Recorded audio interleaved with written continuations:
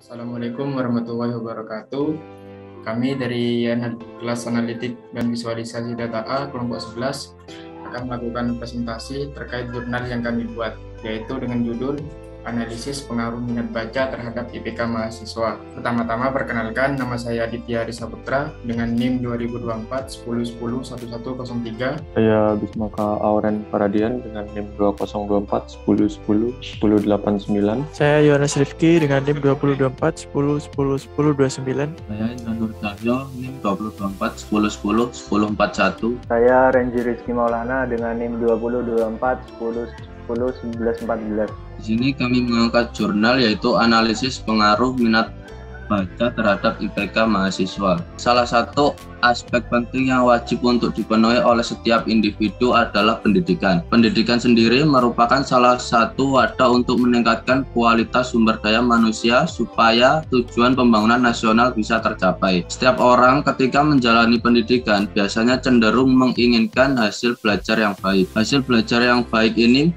bisa didapat dengan minat baca yang tinggi dari individu tersebut. Minat baca yang tinggi ini tentu dapat menambah pengetahuan dan meningkatkan hasil belajar seseorang secara lebih optimal. Ada dua faktor yang dapat mempengaruhi prestasi belajar, yaitu faktor internal dan faktor eksternal. Faktor internal sendiri merupakan faktor yang berasal dari dalam diri sendiri seperti faktor fisik atau fisiologi, kesehatan dan cacat tubuh, dan faktor psikologis.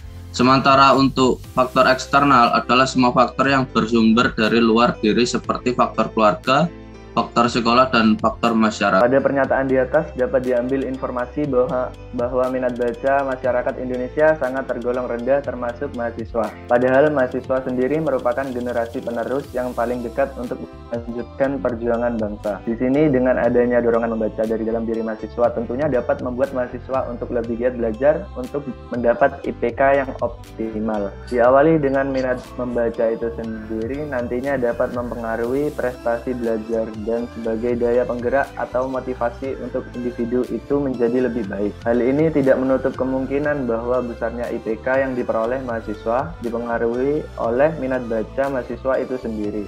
Besarnya minat baca mahasiswa ini dapat digambarkan dengan waktu yang mereka habiskan untuk membaca. Selanjutnya untuk metode, jenis data yang digunakan pada penelitian ini adalah data kuantitatif. Data kuantitatif merupakan data yang dinyatakan dalam bentuk angka-angka dan dapat diukur, bukan dalam bentuk bilangan. Data penelitian ini bersumber dari data primer. Data primer merupakan data yang diperoleh pihak pertama, kuesioner. Data penelitian ini diperoleh dari kuesioner yang respondennya terdiri dari 50 mahasiswa aktif di universitas seluruh Indonesia. Selanjutnya untuk analisis data pada penelitian menggunakan metode regresi linier sederhana yang mempertimbangkan variabel regresor tunggal atau variabel prediktor X dan sebuah dependen atau variabel respon. Persamaan umumnya adalah sebagai berikut. Selanjutnya untuk koefisien korelasi Pearson produk Neumann, koefisien ini digunakan untuk mengukur keeratan hubungan antara dua variabel yang datang dari data interval atau rasio, disimbolkan dengan R dan dirumuskan sebagai berikut. Untuk keterangannya sendiri, R koefisien korelasi, X adalah skor variabel X, dan Y adalah skor variabel Y. Selanjutnya untuk N adalah banyak sampel. Untuk interpretasi koefisien korelasi, berdasarkan Blumen tahun 2012 tentang koefisien korelasi, yaitu antara min 1 hingga plus 1. Jika terdapat hubungan linier positif yang sangat kuat antara variabel, nilai koefisien korelasi R akan mendekati plus 1. Jika terdapat hubungan linier negatif yang sangat kuat antara variabel, nilai koefisien korelasi R akan mendekati min 1. Ketika tidak ada hubungan linier antara variabel atau hubungan yang lemah, nilai koefisien korelasi atau R akan mendekati 0. Selanjutnya yaitu hasil pembahasan. Sebelum masuk ke hasil pembahasan, kami di sini melakukan prapemrosesan data. Yaitu yang pertama, mengimport modul yang dibutuhkan seperti import pandas, import matplotlib, import seaborn, dan numpy. Lalu kami membaca file CSV dengan def baca sama dengan pd read CSV. Kemudian memanggil def baca. Berikut data yang kami olah, ada 50 data. Selanjutnya yaitu mengecek data null. Di sini tidak ada data yang kosong. Selanjutnya yaitu cek data duplikat. Dengan duplikat sama dengan def baca drop duplicate in place sama dengan true. Kemudian print duplicate. Karena tidak ada data yang duplicate, jadi kita langsung ke mendeskripsikan datanya. dengan cara dfbaca.describe. Describe di sini digunakan untuk menampilkan deskriptif statistik data, hanya kolom yang bertipe numerik yang akan ditampilkan statistiknya. Kemudian dfbaca.info ini untuk menampilkan informasi detail tentang data frame seperti jumlah baris data, nama-nama kolom beserta jumlah data dan tipe datanya. Selanjutnya yaitu mengecek data kosong berdasarkan kolomnya. Di sini tidak ada data kosong. Selanjutnya yaitu mengecek duplikat data berdasarkan namanya. Di sini tidak ada nama yang double.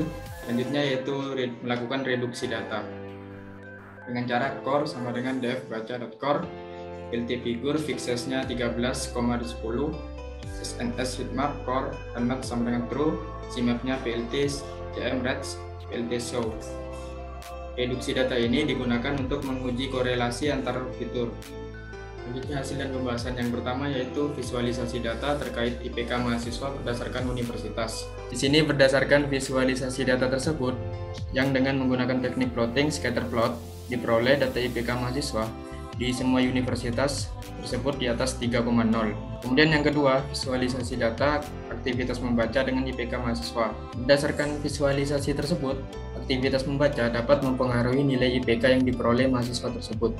Karena semakin sering membaca, maka nilai IPK yang diperoleh akan semakin bagus. Yang ketiga yaitu visualisasi data minat baca terhadap IPK. Dari gambar tersebut, IPK mahasiswa dapat dipengaruhi oleh seberapa besar minat mahasiswa dalam membaca. IPK mahasiswa berdasarkan visualisasi data di atas diperoleh di atas 3,0 dengan rentang minat bacanya antara 3-5. Kemudian visualisasi yang terakhir yaitu data minat baca mahasiswa berdasarkan tahun angkatan.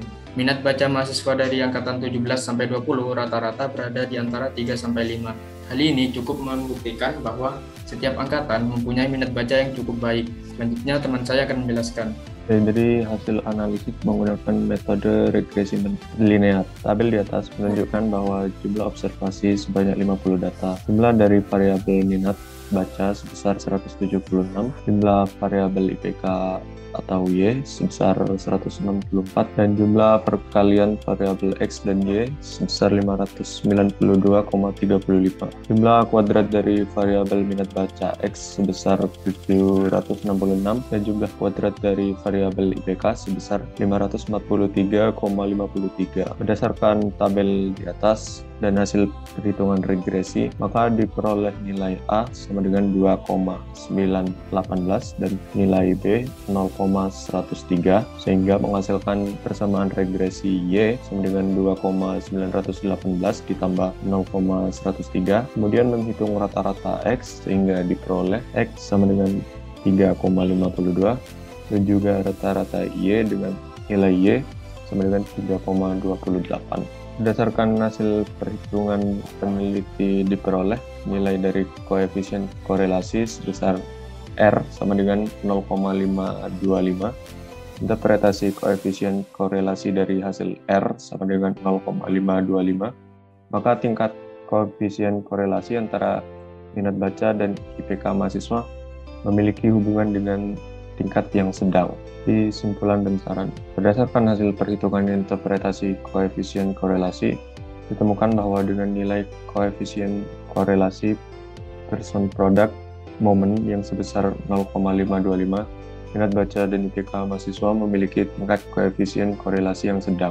Berdasarkan hasil pengujian signifikan parameter individu atau uji statik T di atas, ditemukan bahwa lama waktu yang dihabiskan untuk membaca memiliki pengaruh yang positif dan signifikan pada alfa sebesar 0,05 terhadap IPK mahasiswa. Berdasarkan pengujian signifikasi simultan uji statik F, ditemukan bahwa lama waktu yang dihabiskan untuk membaca berpengaruh signifikan secara simultan terhadap IPK mahasiswa.